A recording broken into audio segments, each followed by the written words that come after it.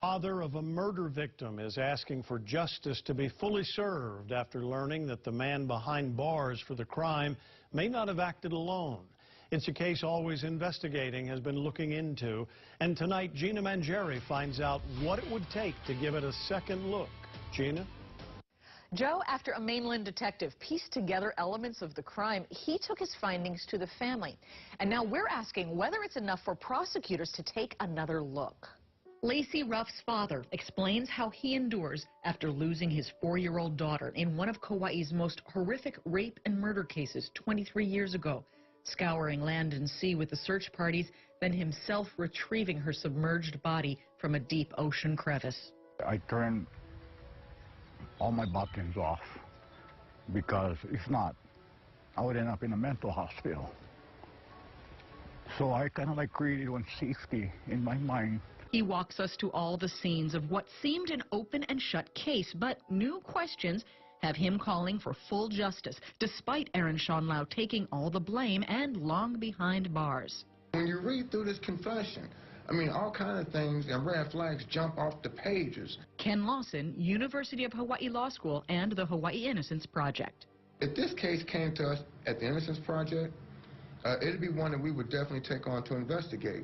A few years ago, the girlfriend of another person who was at Anini Beach at the time told Oregon police he confessed to her that he was involved in the murder by drowning. She told the same to a Colorado cold case detective. That detective happened to have talked to that same man decades earlier and found the man's account of Kauai details suspicious. We are not naming this second alleged accomplice, as he has not been charged in connection with this case. But Lacey's family wants justice to come down full force on all involved. What's your own theory on the crime at this point? I'm looking at possibly they both being involved. One suspect puts the body in the water. Prior to that, one suspect did the crime. We enlisted behavioral analysis and interrogation expert Roger Strecker to review Aaron Schonlau's statements, police documents, and witness accounts. Among those accounts, 2 witnesses who described someone older than Aaron and wearing different clothes than Aaron was wearing that night, carrying a child across their property. Police saw someone dressed the same later, coming out of the ocean. The clothing described is what the man the Colorado detective spoke with said he was wearing. There's enough question that for a reasonable and prudent person, if they picked up the case file and read the documents, to wonder, is there a huge puzzle piece missing, and that being another person that was involved in, at minimum, disposal of the body. Now maybe the defendant committed the rape or the sexual assault, but maybe they did not do the murder. Maybe it's the other suspect. Schonlau's mandatory minimum of 25 years for the murder charge comes up in September 2018. And when we started asking questions, the Hawaii Paroling Authority came across an error they'd made in 1995. Administrator Tommy Johnson told me Schonlau is now getting a new minimum term hearing next month. So will authorities take another look? Kauai police tell me only the prosecutor can reopen a case to be reinvestigated.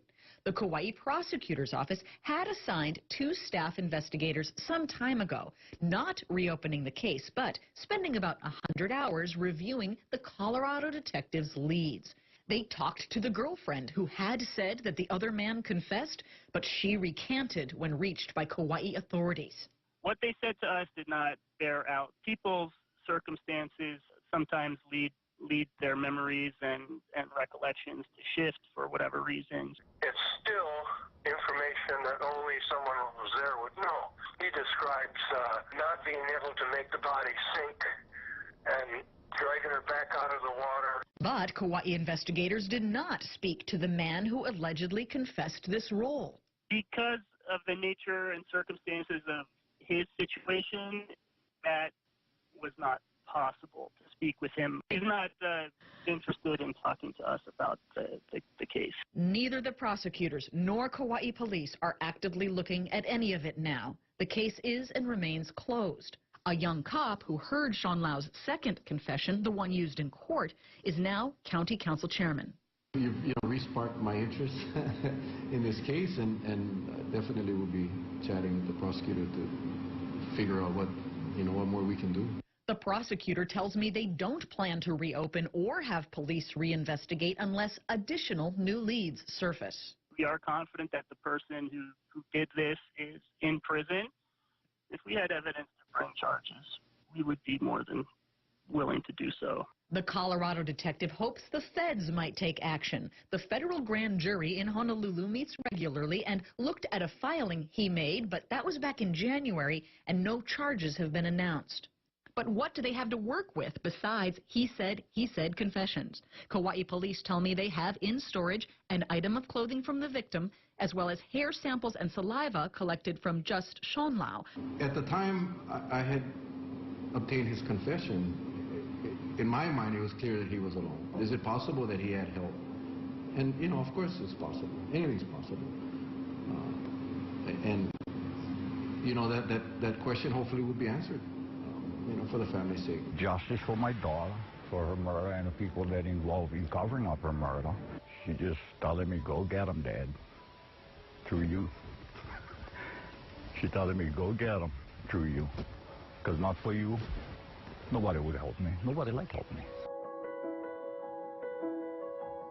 As for Aaron Shonlau, the Department of Public Safety tells me they have no record of misconduct or incidents involving him as an inmate. They say he has completed substance abuse, mental health, and anger management programs in prison and continued his education. And he's almost eligible for sex offender treatment. We'll follow up on the case and let you know what happens next. Gina Mangieri, KHON 2 News.